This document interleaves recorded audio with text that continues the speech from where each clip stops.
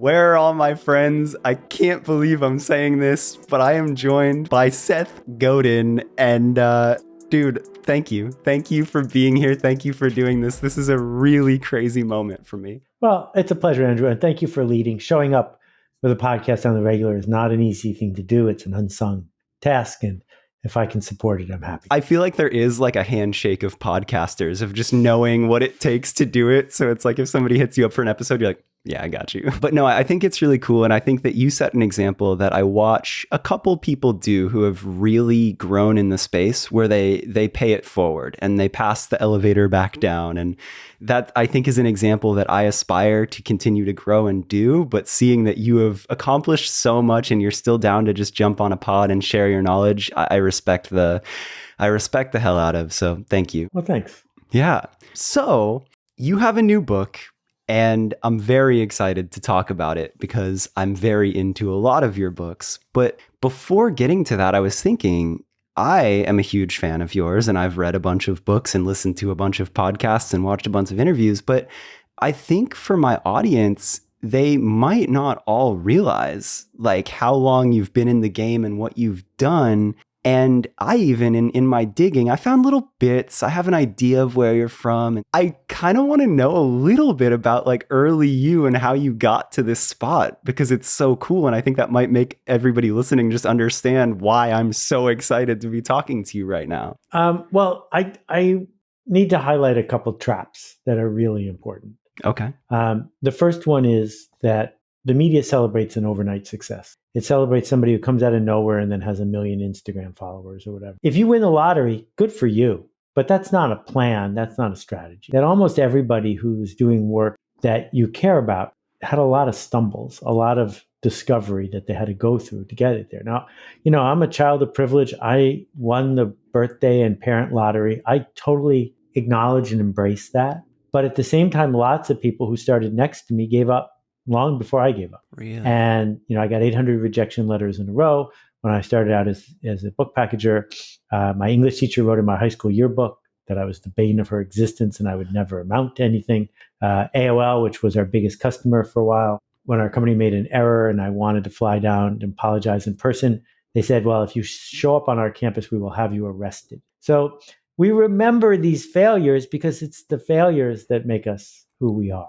And, if you listen to the great podcast, The History of Rock and Roll in 500 Songs, what you will hear from Andrew is that just about all of the legends that we admire hacked their way through the first couple of years because they weren't born as Marvin Gaye or as Bob Dylan or name whoever you want. They became that person. So I'm not in the category of Marvin or Bob, but I have written 20 bestsellers in a row.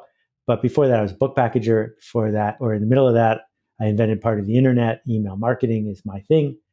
So it's been a great ride, but it's all been populated by not seeking a shortcut and figuring out how to do work I'm proud of as opposed to doing what feels like a hustle. You just so casually said that you invented part of the internet. That is that the thing? Is that because that's like a little bit before me. Like that's how the early like Seth is a legend is email marketing. Like that was you that was that early on that? Yeah. That's so sick. I didn't even realize that I know you as an author. I know you as I see it as an afterthought that you're so good at the internet. That's crazy. Yeah, I got my first email address in 1976. We built email marketing campaigns for CompuServe, Prodigy, and AOL. When the World Wide Web came along, I looked at it and I said, this doesn't make any sense. It's never going to work. It's slow and there's no business model. So that cost me $40 billion.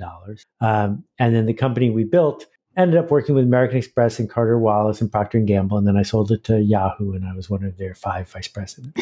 That's wow. Okay, sick. I have another question. As I listen to and read your work, there's times where you mention the music industry. And I can tell that you have friends in the music industry, and that's my roots. I started as a tour manager and touring the country and worked at record labels. And every time I hear you nod to it, I can tell that you know. Did you ever have any professional involvement in it, or has it just been something that you've been a fan of and had friends around? It's mostly that I have somehow lucked into knowing an extraordinary range of magical performers and producers, but I did have a record label for a while. You did? And I learned a lot from that. But what I like about the music business is, first, it is a very personal form of creation. And I like writing, I like poetry. Not as a reader, I don't understand it, but I like the passion that comes to it. And music sort of captures so much of that. But I also like that it has very clear boundaries and measurement. That's the industry part, right? That music can be great even if it doesn't sell a lot of copies. Yeah. But when we think about the long tail, when we think about Casey Kasem, when we think about the top 40 and jazz clubs and payola and everything in between, I'll go for a walk with a very famous record executive. We go for walks all the time. And I said, hey, what's the key to having a hit record? And he said, oh, there's no question. It's got to have a great song. And I said, so how do you know if it's a great song? And he said, because it's a hit record. And he didn't think he was being funny. That's just the way he looked at the world. So there are a lot of people in the business who you would know their names, who have no strategic insight whatsoever.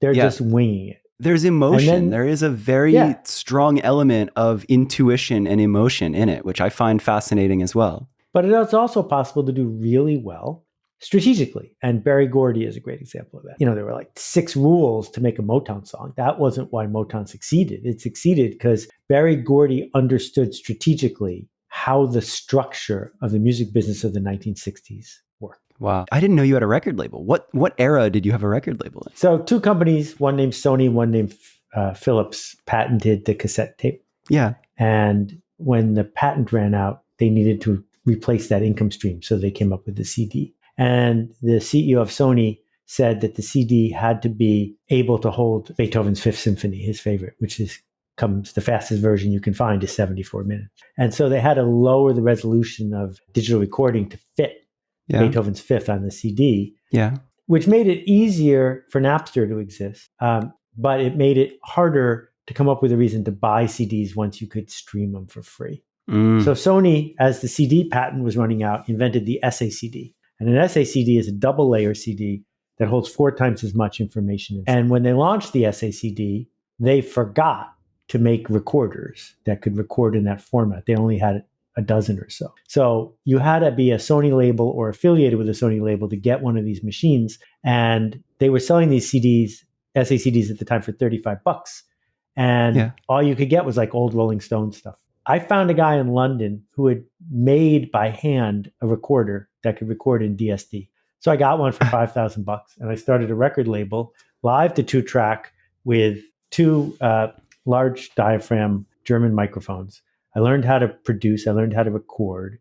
I found duos, rented a church, and we went live to 2-track with no compression, straight to the master tape, and then straight to SACD. One of them is on Spotify. So if you want to look for an album called Sauce by a group called an album called Waiting for Godiva by a group called Sauce. The story goes on for beyond that, but I learned a lot. It was fun. There's a really special lesson just in like you sauce a cool moment and you disrupted it. And I think that that's a lot of what inspires me about you is it doesn't matter the industry. It doesn't matter on a Seth's blog, daily email.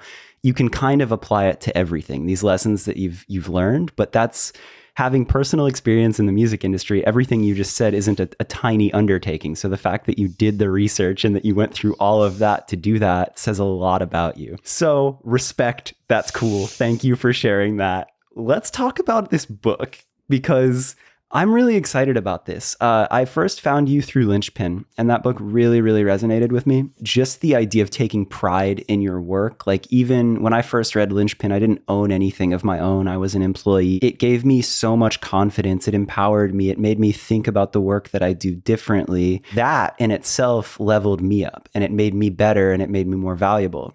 And that's why I always tell everybody to read that book. It's like, it's not just a book for employers. It's a book for people that want to just become great at something. So now with the new book, Song of Significance, I think there's a lot of parallels in that of like how work is changing. And I'm so glad that you wrote that, because you're elaborating on a topic that I think is really important and becoming more and more important as AI and as technology advances. And there's a lot of replaceable work. Where was your head at when you wrote that book? And like, what was the idea behind I think it? that everyone I know, and probably many of the people you know, are feeling the stress that's coming from the end of industrialism.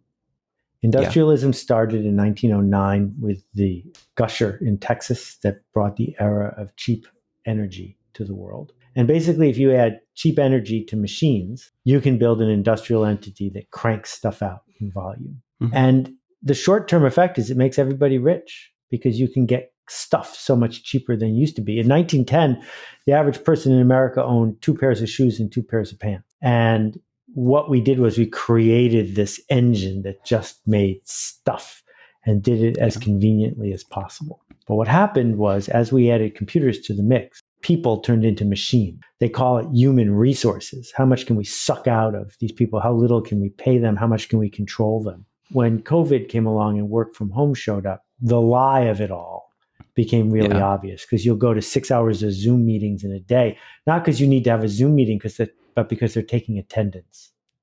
And Yes. then you'll see some megalomaniac billionaire buy a company and start publicly humiliating employees and firing them for fun. And Yeah. that's the mindset of the people who own the machines, is they're in charge, Right. but they're not in charge. You said something about that in the practice as well, right? You were talking about like, at least just say what the actual meaning is. Like, it's, if you're not doing a meeting to get everybody on the same page, you're doing a meeting so an executive can feel good, and that's more comfortable than saying no. Like, it's that, right? Right, exactly. Yeah. And so where we are right now, I think, is at a fork in the road. And, I used to be a techno-utopian optimist who thought that the internet was going to do nothing but make good things happen by connecting Mm. people. And we've seen so many of the side effects. And one of the side effects is it has dehumanized human interaction. It is easier Yeah. to troll somebody if you don't know them. Yeah. And I want us as leaders, as managers, as employees to retake our humanity, to demand the dignity that is ours, and to be able to show up at work and say, look, there's only two kinds of work. There's industrial work where there's a manual and you're going to thin slice the job and make me as unimportant as possible. Or there's work that I am proud of where I am leveling up, not moving down, where I'm connecting to other human beings and doing something that, if we're going to do that work, let's get real about it. Let's shake hands on it and let's hold each other responsible. But don't pretend that the other one is human, because it's not. As you say that, as I read these books, I find it to be very empowering. A phrase in my head that I tell myself, which I mean nothing but great by, is I welcome you to fire me. Every time I work with somebody, like, I don't want to be afraid of being who I am. Like, I'm confident in the person that I am, and I want to be myself. I want to bring my unique take to it. I want to be Andrew, who everyone's like, oh yeah, he's going to be really excited about this thing. Like, yeah, I am. And maybe that's not the right fit for certain things, but maybe it's the perfect fit for others. And a lot of your books have reminded me of, like, that's the thing that you can't replace. As you get into it in the Song of Significance, I think, like, as you start to think about, like, what makes a job the best job ever and what are real skills, I think that really resonated with me, because it reminds people to really embrace being who you are, and to understand that, like, everybody can make a great spreadsheet, or AI could do it for you, I'm sure soon, whatever. But, like, the very human elements about who we are actually so valuable. What have you, like, what stands out to you about that? Like, what have you learned? What do you love seeing when you work with people these days? Well, I've been using GPT-3 a lot, and you can say to it, please write me 500 words comparing Aldous Huxley to George Orwell, and it will do a much better than mediocre job at that. But it will also do it for free, instantly, without complaint. So if you're going to bother working with a human who you have to pay, who isn't instant, who might complain, there better be an upside. And what we need to figure out is, what does that upside look like? So before you and I started this conversation, we were chatting for a minute, and I knew it was going to be a great podcast because you showed up with the energy of someone who wanted to be here, not someone who was just phoning it in. That is what we are looking for as we spend our days. Yeah. These are real skills, the real skills of honesty and intent and humor and empathy and connection and possibility. Can't get any of those from GPT-3. And Mm-hmm. yet, if we look at somebody's resume, if we look at how we screen resumes, if we look at what you get tested on for a job interview, they're all testing you like you're going to be their next GPT-3.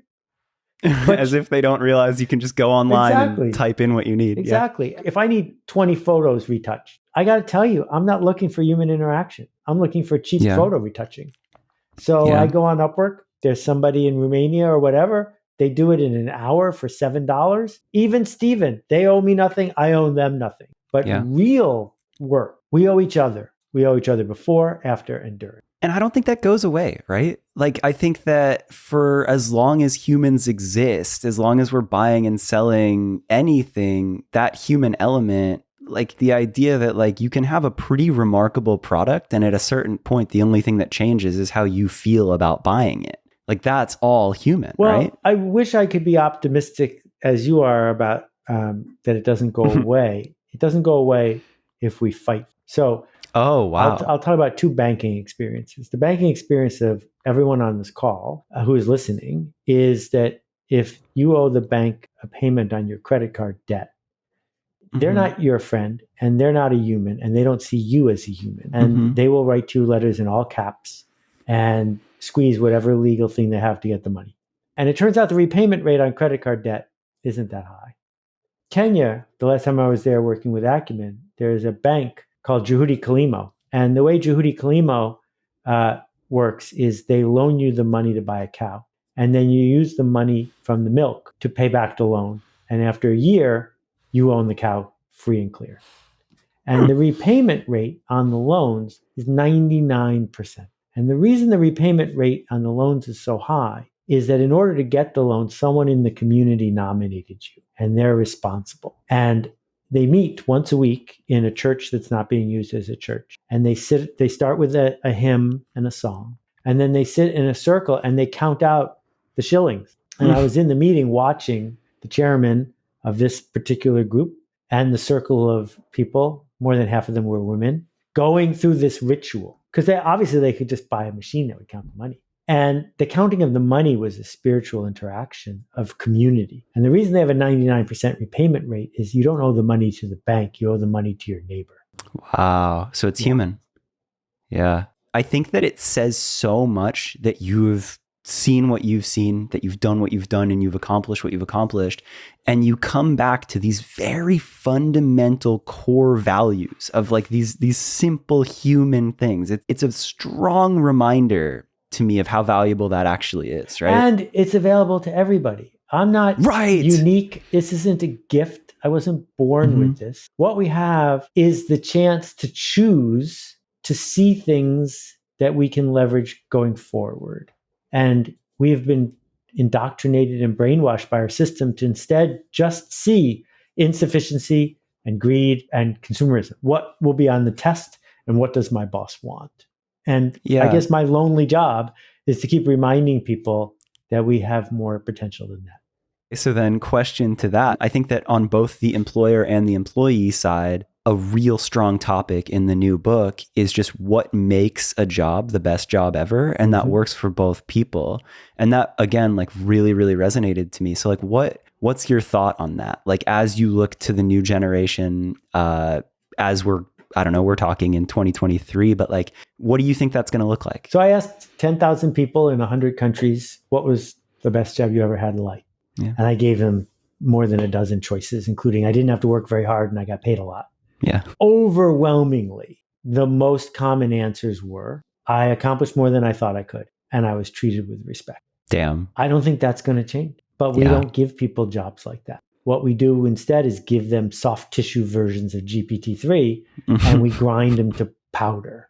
Yeah. So I think the opportunity is to realize someone can race to the bottom faster than your company can race to the bottom. That if your goal is to win search on Amazon and be 5 cents cheaper than something else that got drop shipped from who knows where, you're going to lose that race. Someone's willing to cut more corners than you. Yeah. But if you want to race to the top and be the one and only, well, some people are going to seek you out and some people are going to find you and they will pay you fairly. but you Yeah. can't have it both ways. You can't say I make mediocre average stuff, please pay me extra. What do you think as you interviewed those people? I mean, like, again, you've worked with so many people, you've built so many successful things. Like, what were some of the skills that stood out to you? I don't think a lot of people aspire to like have the best job. I think more and more people want to be their own entrepreneurs. And I mean, so many of the people I talk to on this podcast, it's like, wow, sick. Like you found a way to be your own boss and do your own thing. However, I think people misconstrue that as like these skills that we talk about. It's how I read Linchpin. It's like, okay, yeah, cool. You could work for a company, but you can apply this to yourself. Like, what do you think are the most valuable values or skills for somebody to focus on if they want to kill it at their job or become that next generation entrepreneur? Well, just to clarify one thing, I did not talk to 10,000 people. I'm lucky enough to have a blog where I could just ask 10,000 people to fill out a survey. It's it just you at a little time. booth. A bunch of people are lining Exactly. up and you're like, hi, thank you, like with a little pencil. Thank you so much. Those little golf pencils. Yeah. So if you work for yourself, you have the world's worst boss. Because they call you in the middle of the night, they wake you up, they yell at you about bad things that haven't happened yet. They remind you that you're not working hard enough and you're not very competent, but you still have customers. And so there's not a lot of difference between the skills we need to bring to our customers and the skills we need to bring to the best job we ever had. And those are the human skills that some people call attitude, but they're not different than the skills that are easy to measure. They're just hard to measure. So how many words per minute can you type? Can you program in C++? These are easy to measure skills. But are you empathic? Are you creative? Are you able to be funny? Do you see patterns? These, some people call them attitudes. I think they're skills too. So when we think about what would be the very best set of, quote, skills we'd want in a doctor, right? Yeah, I would like it if the doctor had read the medical journals and understood what defibrillation was, but all the doctors have. So what I really want is a doctor who's going to care more than they have to. And what I really want is a doctor who will take the extra 30 seconds to understand what I'm afraid of and what I need to know. That's the difference between a great doctor and a good doctor. Yeah. But medical school burns it out of you. Yeah. Because the indoctrination is you need to be a cog in the system. So in all of these things, the discussion, whether you're 23 or 63, is do I care enough to develop skills that other people value? That's a Seth's blog right there. You know how sometimes it's just like the one? That's it. That's a good one. That is a very good question to ask yourself in anything you're doing. Thank you for that. Well, thanks. You share so much. You know so much. I would imagine a lot of people come to you as just like, oh, Seth, fix my problem. Give me advice. This, and this. Like, what gives you inspiration right now? Like, how do you keep going? How do you still have that spark after all of this? Well, the first thing I'll tell you is I don't do any consulting at all because it keeps me sane. If I care about someone and they ask, I'll give them free advice. What I often find is that when someone asks for free advice, they don't often do anything with it because what they're really looking for is reassurance. What they're really looking for is, please tell me that what I am already planning to do is exactly the right thing. Yes. So there's a fine line you have to walk there. What inspires me are people like you, people who are choosing to do this heavy lifting, that I am learning as much from this conversation as you are. Do you still see that often, like in your work? What's the current vibe of work and what people are up to? Like, are you inspired often? I would say that outside of my little bubble, what I am seeing is that more and more people around the world, not just in the United States, who work for industrial entities, have come to the conclusion that the deal they got sold is a fraud. Yeah. And they're going to show up and do what they promised to do, but they're not going to do more than that because the industrialists didn't deserve it. Yeah. But at the same time, I'm seeing a generation of people coming along who are saying, what a chance it is to do service. What a chance it is to bring dignity to the other in front of me by choosing to do more than I said I would. Yeah. And I think what it comes down to is agency. Is it your choice? And so I'm optimistic as we face down our climate problem that there's a whole generation of people coming along who are saying, you know what? I don't need 3 cars. I'm fine without getting on a plane and traveling around the world. Let's get to work because it's worth it. To also agree with you on what you just said, I sometimes will find myself so uninspired. I live in Los Angeles, and I'll go and I'll do a basic run of like groceries, get food from a, fast casual restaurant. And the whole experience is so transactional, and the bar is on the floor. Right. And it sometimes inspires me because it's like, if the bar is this low and people can survive just by caring, you have such an advantage. But I also then try to like thank people and remind people that like giving a shit is the most rewarding thing ever. So if you see that person at Target or wherever and they just like do that little extra thing, I'll always stop and be like, thank you so much, or like whatever. Cause I think people forget that it's rewarding to care, and that, like those little things, like not only does it make the day of somebody else, but you feel better. Like you go to sleep at night happier when you give a shit. So that's my little thing to that. Yeah, beautiful. As far as climate and all of that, because that's another thing that I've noticed you've been talking a lot about. The Carbon Almanac, did you write that fully on your own, or was that a collaborative project? I organized a project. I worked full-time on it, 50, 70, 80 hours a week for a year and a half with 300 other people in 40 countries. It then grew to 1,900 people in 90 countries. And I very much did not write it. Okay. I created the conditions for a group of people to produce an award-winning, best-selling book that's been translated into languages around the world, because I felt stupid about the climate. I wrote my first blog post about climate 16, 17 years ago. It didn't change anything. Yeah. Go figure. One blog post couldn't solve a problem. And I thought, if I am hesitating to talk about it, I bet other people who care are hesitating. Yeah. How do we model a system that I've captured in Song of Significance, where people can come together to do work they care about? Yeah. And I had no other agenda other than, I am capable of organizing this, so I will. Wow. Because that's something that when I think about the environment, like I think that you still somehow have a positive outlook on it, where every time I look at the facts and you look, it's like, it's very sad. Like you see it and you can feel so quickly helpless. And I really respected, like even Akimbo, your podcast, you talk about it a little bit. You reference the Patagonia story and all of that. And like kind of the thing of like, it's kind of impossible to tell people to just go walk, like that's not real. It's not a reality. Like that doesn't make, for me as a consumer, I don't feel more inspired to make the world better to just feel this guilt. But like, do you still have optimism? Like after you put all that together, like for somebody who maybe feels like myself, where it's like, of course I want to make the world and the environment a better place. Of course I want to make it sustainable and last out for generations to come. But it feels like, it just feels like I don't know where to start. Like, did you walk away from that with like a tidbit that you could inspire people and be like, hey, no, like we can all do something? I think it's fair to say that the hundreds of us went through very similar experiences in building this. We went in thinking we got a lot of work to do, but it's doable. And then we became sad and depressed, overwhelmed by how much worse the problem is than almost anybody. Yeah. But then we got to work. So I came away with it believing several things. Number one, the Earth is going to be fine. The Earth doesn't care because it's just a planet. Humans are not going to be fine. But the Earth, we're not here to save the Earth. Number two, even if the climate wasn't in trouble, we're all going to die. Yeah. Every single person is going to die.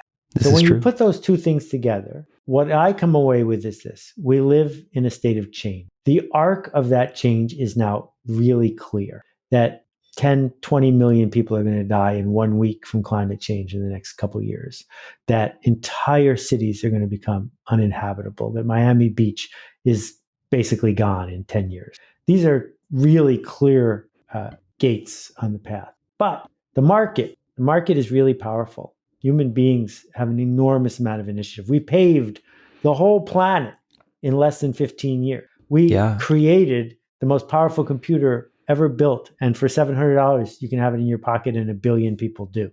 We know how to do extraordinarily audacious things if we figure out how to coordinate our actions to get them done. And if there's an incentive, right? Right. Well, different ways of coordinating action. One of the ways is, the market is a system without a boss. So if we price carbon fairly, that system will get to work instantly to change what we do and how we do it. In the meantime, people in the technology world We're making great progress on things like fusion. Solar is now way cheaper than oil or coal. So things are moving in the right direction. Too late to save so many people from decades of distress. I'm not minimizing it. What I'm saying is what we can't do is believe the brainwashing of plastic recycling because it doesn't work. We can't believe that our personal carbon footprint makes us a hypocrite, so we should just shut up and do nothing. What we have to do instead is realize that carbon footprint was invented by British Petroleum to trick us, and that we need systemic change because we have a systemic problem. And humans have made systemic change before, and we can do it this time if we care and we talk about it and talk about it. Damn, I love that. And I think that you put that in such a great way. Like, I think it was a recent podcast where you were talking about pricing petroleum fairly. And I thought about that. I'm a huge car enthusiast. And I'm like, would I be stoked to drive for $20 a gallon? Yeah, maybe on the weekends. And like, do I need to do that every day? No. So like, I love your take on that of just like putting the problem back to the problem of like capitalism. Like it's just been valued so low where if you give every person that question of like, here's how much gas should actually cost. Do you want to spend your money? A lot of people will probably say no. And if they still want to, then all right, you're paying enough where you can make it a little more sustainable. I thought that was a really cool outlook that I hadn't heard before. So I had one other question just in me being a fan of Seth Godin and like just curious of you. What's a day in the life look like for you these days? Like you've obviously, like I think you're probably at the point where you get to do the things that you find fulfilling. You can say no to the stuff that you don't. And it's probably much more of your schedule. So like, what's your day in the life? What are you stoked on? What are you working on? What's a fulfilling day for you these days? Every day is different on purpose because that's the way my personality works. But I try to be outside every day. I'm working hard on improving my juggling skills, like actual juggling skills. And it's very clear after you hit whatever age you want to name that there is a finite number of good days left. And you shouldn't waste them on somebody else's agenda.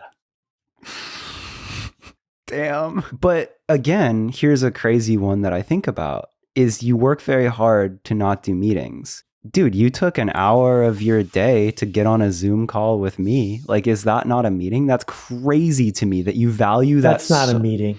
That's a conversation. Conversations are priceless.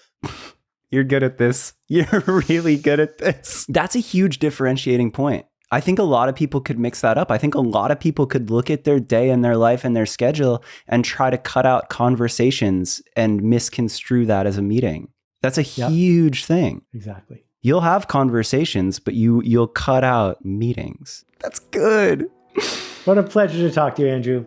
Dude, thank you for doing this. So thank you. Oh my God.